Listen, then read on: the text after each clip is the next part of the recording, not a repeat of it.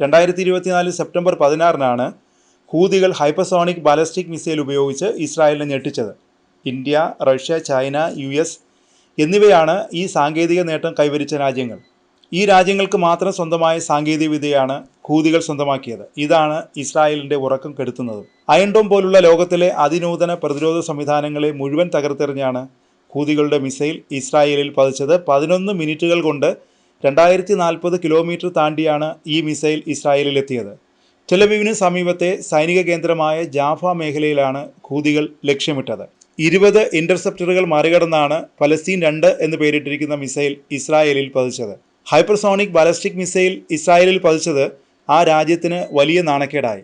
ഇസ്രായേലിൻ്റെ പ്രതിരോധ സംവിധാനങ്ങളുടെ പരിമിതി കൂടി വെളിപ്പെടുത്തുന്നതായിരുന്നു ഈ ആക്രമണം. കൃത്യസ്ഥലത്താണ് മിസൈൽ പതിച്ചതെന്നും ഇസ്രായേലിൻ്റെ എല്ലാ പ്രതിരോധ സംവിധാനങ്ങളെയും തകർക്കാൻ സാധിച്ചെന്നുമാണ് ഹൂതി വക്താവ് യഹിയ സാരി പിന്നീട് പറഞ്ഞത്. എന്നാൽ ഹൂതികൾ തൊടുത്തുവിട്ടത് ഹൈപ്പർസോണിക് ബാലിസ്റ്റിക് മിസൈൽ ആയിരിക്കില്ലെന്ന സംശയവും പലരും ഉയർത്തി.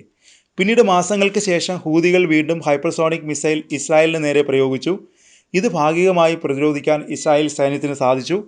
എന്നാൽ മിസൈലിൻ്റെ ഭാഗം പതിച്ച് ടെലവീവ് നഗരമായ രാമത് ഗാനിലെ സ്കൂൾ കെട്ടിടം തകരുകയും പ്രദേശത്ത് തീപിടുത്തം ഉണ്ടാകുകയും ചെയ്തു. വ്യോമാക്രമണ സൈറനുകൾ മുഴങ്ങിയതോടെ ഇസ്രായേലുകാർ ബെൻ ഗുരിയോൺ വിമാനത്താവളത്തിന് സമീപമുള്ള പ്രദേശത്തെ ബങ്കറുകളിലേക്ക് ഓടിയൊളിക്കുകയായിരുന്നു.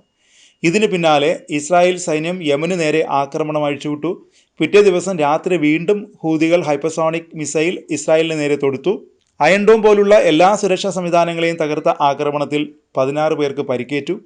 മിസൈൽ മുന്നറിയിപ്പ് മുഴങ്ങിയതോടെ സുരക്ഷാ ബങ്കറുകളിലേക്ക് ഓടിയൊളിക്കുകയായിരുന്ന 14 പേർക്കും പരിക്കേറ്റിരുന്നു. ലക്ഷക്കണക്കിന് പേരാണ് ഒരേ സമയം ബങ്കറുകളിലേക്ക് രക്ഷപ്പെടാൻ ശ്രമിച്ചത്.